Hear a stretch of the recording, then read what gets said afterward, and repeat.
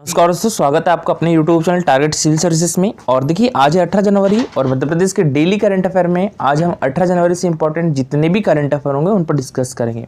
तो lecture last तक ध्यान से देखिएगा। तो चलिए सबसे पहले हम रिवीजन कर ले। तो अभी हाल ही में सनकुआ महोत्सव का आयोजन कहाँ पर किया गया है? तो ये सेवड़ा दतिया में किया गया है। तो इसका आंसर हो जाएगा ऑप्शन नंबर ए। अमरकंटक कहाँ पर है? अनूपपुर डिस्ट्रिक्ट में है। खजुराहो छतरपुर डिस्ट्रिक्ट में है और ओरछा निवाड़ी डिस्ट्रिक्ट में है। और अभी हाल ही में नासिक महाराष्ट्र में आयोजित राष्ट्रीय युवा महोत्सव में ग्वालियर के शिखा सिकरवार ने भाषण प्रतियोगिता में कौन सा स्थान प्राप्त किया है? तो ये तृतीय स्थान प्राप्त किया है। ठीक है, तो ग्वालियर की शिखा सिकरवार ने भाषण प्रतियोगिता में तीसरा स्थान प्राप्त किया है। कहाँ पर? राष्ट्रीय युवा उत्सव में।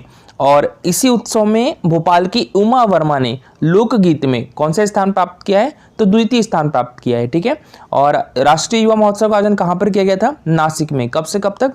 12 जनवरी से लेकर 16 जनवरी तक। और देखिए अभी हाल ही में भारत के पहले और एशिया के 5वें डार्क स्काई पार्क की मान्यता किसे मिली है? तो ये पेंच टाइगर रिजर्व को मिली है। ठीक है, पेंच टाइगर रिजर्व किस डिस्ट्रिक्ट में है? तो ये छिंदवाड़ा और सिवनी डिस्ट्रिक्ट में है। और इसका थोड़ा भाग नागपुर में भी आ जाता है। ठीक है, नागपुर कहाँ पर है? तो ये महाराष्ट्र में है, याद रखिएगा। वीरांगना दुर्गावती टाइगर रिजर्व की बात करें तो ये हमारे मध्य प्रदेश का 7वां और हमारे देश का 54वां टाइगर रिजर्व है। किस डिस्ट्रिक्ट में है? तो ये सागर, दमोह, ठीक है, और नरसिंहपुर। ठीक है, 3 डिस्ट्रिक्ट में आता है, सागर, दमोह और नरसिंहपुर। और ये हमारे देश का लेटेस्ट टाइगर रिजर्व है। कौन सा? वीरांगना दुर्गावती टाइगर रिजर्व। इसका क्षेत्रफल याद रखिएगा 1414 किलोमीटर स्क्वायर। और इसे टाइगर रिजर्व की मान्यता कब दी गई थी? तो ये सितंबर 2023 में दी गई थी। ठीक है, और Satpura tiger reserve Narmadapuram district में है। Kanha tiger reserve Mandla district में है। और देखिए दोस्तों, अब स्टार्ट करते हैं आज के करंट अफेयर। तो आज के करंट अफेयर में पहला क्वेश्चन है हमारा, वर्ष 2022 की राज्यों की स्टार्टअप रैंकिंग में मध्य प्रदेश को किस श्रेणी में सम्मानित किया गया है? तो मध्य प्रदेश को लीडर श्रेणी में सम्मानित किया गया है। तो इसका आंसर हो जाएगा ऑप्शन नंबर सी। ठीक है, हमारे मध्य प्रदेश को लीडर श्रेणी में सम्मानित किया गया है। देखिए इसकी 5 श्रेणियां हैं। एक तो बेस्ट परफॉर्मर, टॉप परफॉर्मर और एक लीडर और एक एस्पायरिंग लीडर, और 5वीं श्रेणी है इमर्जिंग स्टार्टअप इकोसिस्टम। ठीक है, तो इसमें हमारे मध्य प्रदेश को लीडर श्रेणी में चुना गया है। तो देखिए ये है 5 श्रेणियां जिसमें हमारे मध्य प्रदेश को लीडर श्रेणी में चुना है। तो बेस्ट परफॉर्मर की श्रेणी की बात करें हम तो देखिए इसमें ए ग्रेड वाले राज्य में गुजरात, कर्नाटक, केरल और तमिलनाडु है। और बी कैटेगरी में हिमाचल प्रदेश है। ठीक है, तो इनको भी 2 कैटेगरी में बांटा गया है, एक ए कैटेगरी और एक बी कैटेगरी।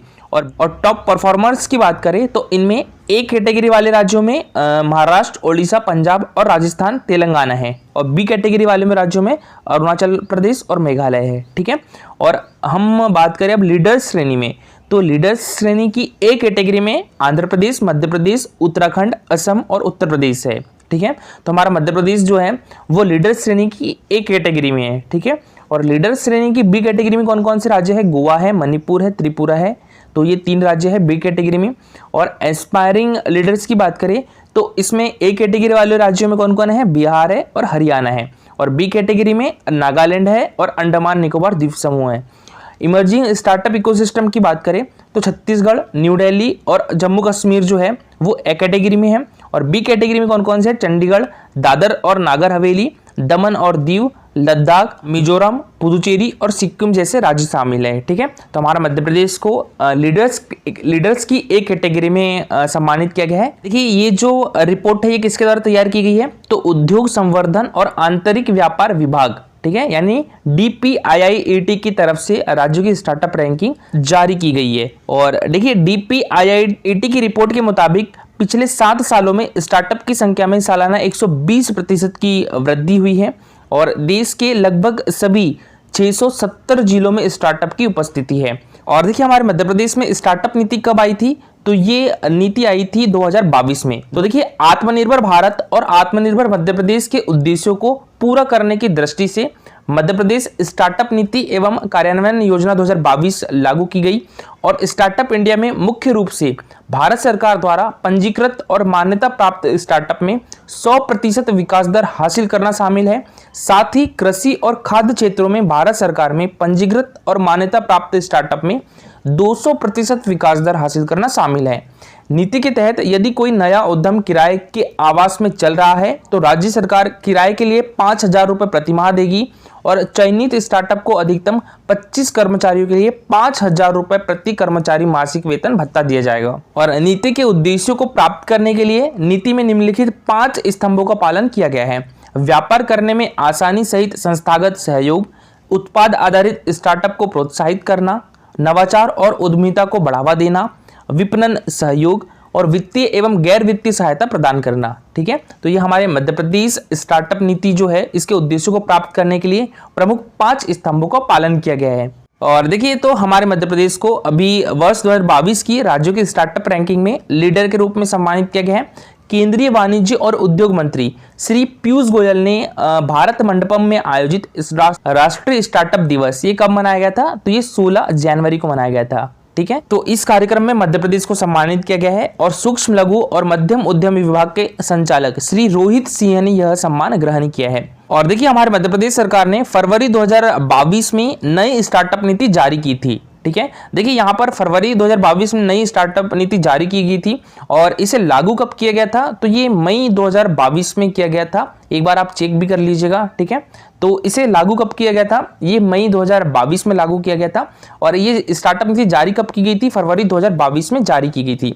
इसके परिणाम स्वरूप राज्य में मान्यता प्राप्त स्टार्टअप की संख्या में 2 वर्ष की अल्पावधि में 108% की वृद्धि हुई है। और देखिए, मध्य प्रदेश में पहली वन नीति कब आई थी? 1952 में आई थी। और मध्य प्रदेश की नई वन नीति कब आई है? तो ये 2005 में आई है। और भारत की प्रथम वन नीति कब आई थी? तो ये 1894 में आई थी। और भारत की द्वितीय राष्ट्रीय वन नीति कब आई थी? तो ये 1988 में आई थी। और नई राष्ट्रीय वन नीति कब आई है? 2018 में आई है। ठीक है, तो ये कुछ प्रमुख वन नीति है हमारे मध्य प्रदेश की और भारत की। तो मध्य प्रदेश की नई वन नीति के बारे में याद रखिएगा, कब आई है? ये 2005 में आई है। ठीक है, और देखिए, बात करें खेल नीति की मध्य प्रदेश की, तो मध्य प्रदेश में प्रथम खेल नीति 1989 में आई थी। और मध्य प्रदेश में द्वितीय खेल नीति कब आई थी? तो ये 1994 में आई थी। और मध्य प्रदेश में तृतीय खेल नीति है जो वो 2005 में आई थी। ठीक है, तो लेटेस्ट कौन सी है? अभी 2005 वाली है। तो मध्य प्रदेश की तृतीय खेल नीति 2005 में आई थी।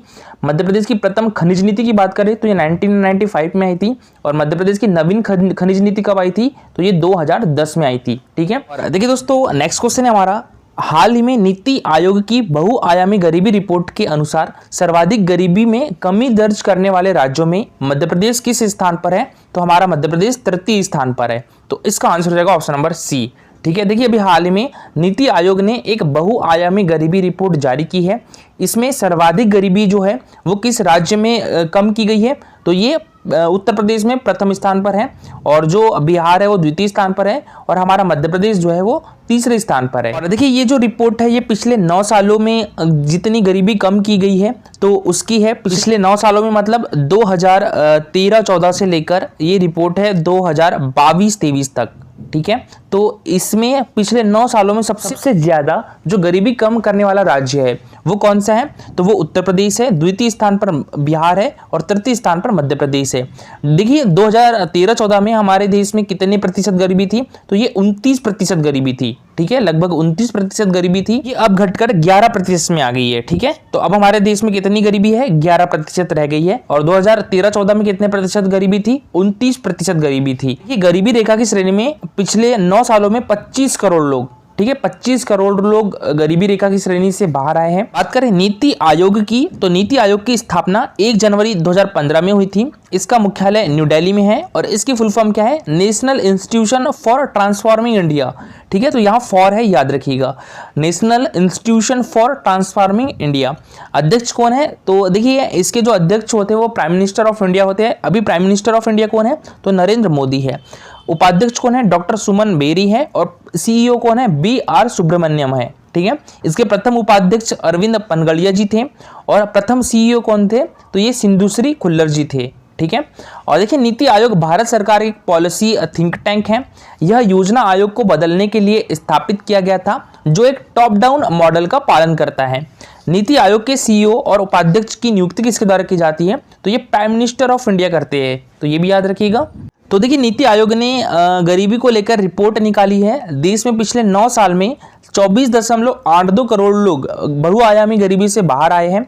इसमें स्वास्थ्य है, शिक्षा और जीवन स्तर जैसे कारक शामिल हैं। गरीबी में सबसे ज्यादा कमी जो है वो उत्तर प्रदेश, बिहार और मध्य प्रदेश में आई है। नीति आयोग के परिचर्चा पत्र के अनुसार देश में बहुआयामी गरीबी 2013-14 में 29.17% थी, जो 2022-23 में घटकर 11.28% रह गई है। इसके साथ इस अवधि के दौरान 24.82 करोड़ लोग इस श्रेणी से बाहर आए हैं। और देखिए दोस्तों, पिछली बार नीति आयोग ने जो सस्टेनेबल डेवलपमेंट गोल है, ठीक है, ये कितने सस्टेनेबल डेवलपमेंट गोल है? 17 सस्टेनेबल डेवलपमेंट गोल है, ठीक है।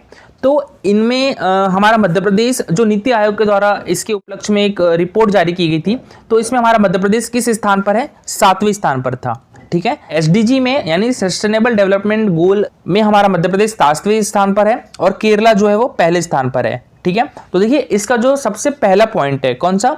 नो पुअर्टी, इसमें हमारा मध्य प्रदेश 24वें स्थान पर है, ठीक है। जितने भी 17 सस्टेनेबल डेवलपमेंट गोल है, नीति आयोग द्वारा जो रिपोर्ट जारी की गई थी, तो इसमें सभी 17 डेवलपमेंट गोल पे अलग अलग राज्यों की रैंकिंग निकाली गई है।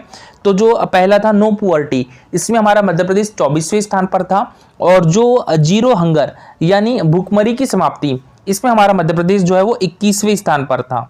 तीसरा था गुड वेल्थ एंड वेलबींग, ठीक है, यानी अच्छे स्वास्थ्य और नवीन जीवन स्तर, इसमें भी हमारा मध्य प्रदेश 23वें स्थान पर था। देखिए दोस्तों, व्यवसाय सुधार कार्य योजना बिजनेस रिफॉर्म एक्शन प्लान 2020 के लिए राज्यों के मूल्यांकन में मध्य प्रदेश का प्रदर्शन कैसा रहा है? ये एमपीपीएससी 2023 में पूछा गया था। और देखिए अभी कुछ ही दिन में, 1-2 दिन में आपकी जो आंसर की है वो मेन आंसर की आ जाएगी, तो आपको पता लग जाएगा कि एमपीपीएससी ने देखिए इसमें जो आंसर दिया है वो अचीवर्स का दिया है, ठीक है। टॉप मध्य प्रदेश को अचीवर्स का अवार्ड दिया है, ठीक है। तो ये आंसर दिया गया है, लेकिन काफ़ी लोग बोल रहे हैं मध्य प्रदेश को अंडर अचीवर होना चाहिए ये आंसर, तो काफ़ी लोगों ने इस पे आपत्ति भी जताई है। लेकिन देखिए मुझे लगता है कि इसका आंसर जो है वो अचीवर्स ही होगा और एमपीपीएससी आयोग ने भी इसका आंसर अचीवर्स ही दिया है। देखिए ये जो रिपोर्ट है ये कब आई थी? 30 जून 2022 को जारी की गई थी। और इसमें देखिए आप देखोगे हिमाचल प्रदेश, मध्य प्रदेश, महाराष्ट्र, ओडिशा, उत्तराखंड, उत्तर प्रदेश अचीवर्स श्रेणी में आते हैं, ठीक है। तो ये पीआईबी की है, पीआईबी की रिपोर्ट है ये, ठीक है। मध्य प्रदेश, महाराष्ट्र, उड़ीसा, उत्तराखंड, उत्तर प्रदेश और ये जो है अचीवर्स की कैटेगरी में आते हैं। और जो आंध्र प्रदेश है, गुजरात है, हरियाणा है, कर्नाटका है, पंजाब है, तमिलनाडु है और तेलंगाना है, ये टॉप अचीवर्स में आते हैं, ठीक है। तो इसका आंसर क्या होगा? अचीवर्स ही होना चाहिए। अब देखते हैं 1-2 दिन में जो उसकी आंसर की आएगी तो उसमें आपको क्लियर हो जाएगा कि कौन सा आंसर है। ये भी एमपीपीएससी 2023 में क्वेश्चन पूछा गया था, तो ये आपको कमेंट बॉक्स में लिखना है। मध्य प्रदेश राज्य नीति एवं योजना आयोग रिपोर्ट 2023 के अनुसार मध्य प्रदेश के किस जिले में बहुआयामी गरीबी में सबसे अधिक सुधार दिखा गया है? बड़वानी, खंडवा, बालाघाट या अलीराजपुर? तो इसका आंसर कमेंट बॉक्स में लिखिएगा। और देखिए ये है हमारा टेलीग्राम चैनल, तो आप ज्वाइन कर सकते हो। टेलीग्राम चैनल के लिंक आपको हमारे वीडियो के डिस्क्रिप्शन बॉक्स में मिलेगी।